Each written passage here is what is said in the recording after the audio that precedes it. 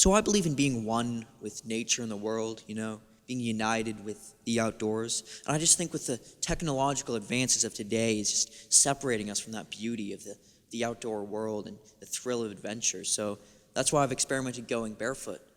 Even on tour, I thought it would be very beneficial just to get in touch with nature again. And needless to say, things went a little hectic by the second week. I developed a severe foot fungus.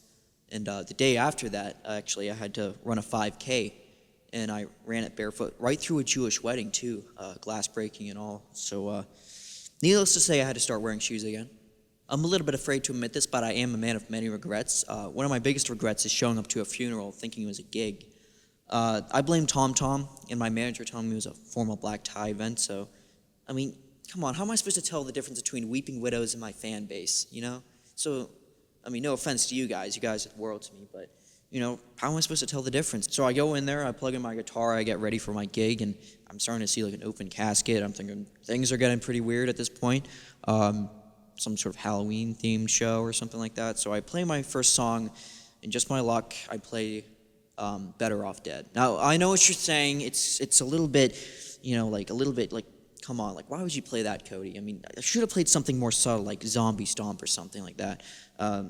No, I'm just kidding. I wouldn't have done something like that. I realized I went up there, I played the song, and I realized about 2 minutes in, it's a funeral. I see the priest there ready to, say the final words, and they're ready to bring his casket out. And, they see this guy come up here and start playing this song. They're starting to freak out, Next thing you know, they take the amplifier cable, they, drag me out by the hind feet into the street. I mean, they start getting crazy. I mean, I didn't expect them to get that violent, but, I did sort of rain on their funeral, and it was supposed to be, family time. And contrary to popular rumors, I had nothing to do with the casket falling over and the body falling out. That had nothing to do with me, okay? They simply, if anything happened, it was just a heat of commotion in that situation, okay? So it's one of my biggest regrets, and, I'm willing to admit it, but hey. So I've been trying to reshape my public image a little bit more. Most people see me as a pretty non-threatening guy. Like, I'm a little bit like a koala, too busy sleeping to really care if anybody wants to throw me into the lowest rung of the animal kingdom. So I really want to try to get some bad guy vibes, just want to go down the street, just have people, look at you like, oh, he's a real badass, So if you guys could like stomp along and try to, sing along and get some bad guy vibes, I'd really appreciate that. So let's try this out.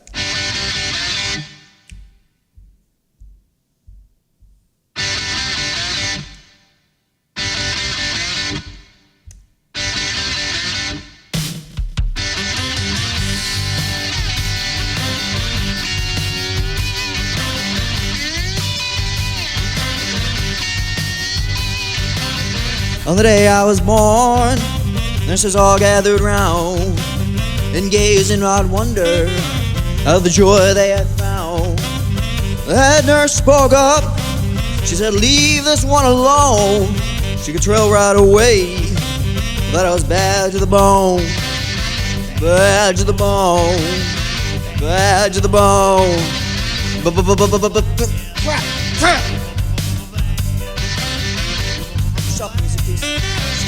Shut the music on! Okay, sorry about that. You get the point, okay? I was bad to the bone. I was being a hard ass, and I was, it worked. And my point in case is, one time I walked to a bar, and I tried the same thing, and I got kicked out. So, shows I was too bad even for them, so you get the idea. Like I said earlier, a lot of my songs are about personal experiences in real life, so this other one is called Face to Face, and it's about a real-life experience I had being a telemarketer, salesman, and I had the insurmountable task at one point of trying to sell candles, over the phone. I know, right? It's ridiculous, but I tried my best at my job, and you got a little bit lonely during the day, sitting in that cubicle, on the phone, trying to chat people up, and there was this one particular person I really liked talking to. We'd sort of extend our conversations because as I got to know this person, and we started talking. We formed a little bit of a pen pal relationship over the phone. I'd have the ritual conversations with her, and we'd really enjoy each other's company, and it was just a really what I thought to be a really nice time in my life. And so about a couple weeks into talking with this person, over the phone. I asked her, hey, do you want to meet up sometime in like a public park or something subtle? Because, I really just wanted to see what, face to face, as a song says, what this person looks like. Because I just heard the sweet, high, beautiful voice, and I just really thought, like, I'd like to meet this person. So, it's going to be really life-changing. So I go to the park. I'm ready to meet this girl. So I go there, and I see a person with a sign that says my name on it. I walk up, and I realize it's a 45-year-old bald man. Full-grown man, no, definitely not a woman, and he has a really high voice, going like, hey, Cody, come over here. And at that point, I just pretended like I didn't know him, and I just ran away. I actually advertised most of my early albums over the telephone. My first album was actually called Telefolk. Actually, I think most of the album just consists of static noise and bad phone reception, but, it didn't get good ratings, but, I didn't have a studio at the time, so I had to record most of my songs over an answering machine. I think one track is just a dog barking. My first album was actually a drastic failure in the US, but surprisingly received good ratings and regular airplay in Seychelles. I believe one of the radio DJs on one of those islands played some of my tracks by accident, thinking I was Garth Brooks, but hey, happy accidents happen, am I right? This song is about a little bit of that craziness.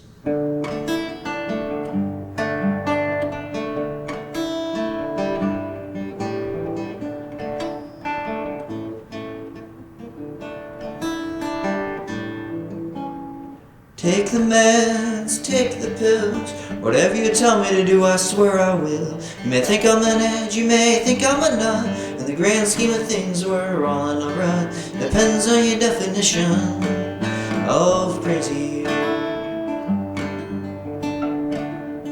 Not cuckoo, I swear it's true. I'm the same as me and you. So the walking, talking walrus over there, he says hi. The weather is fine.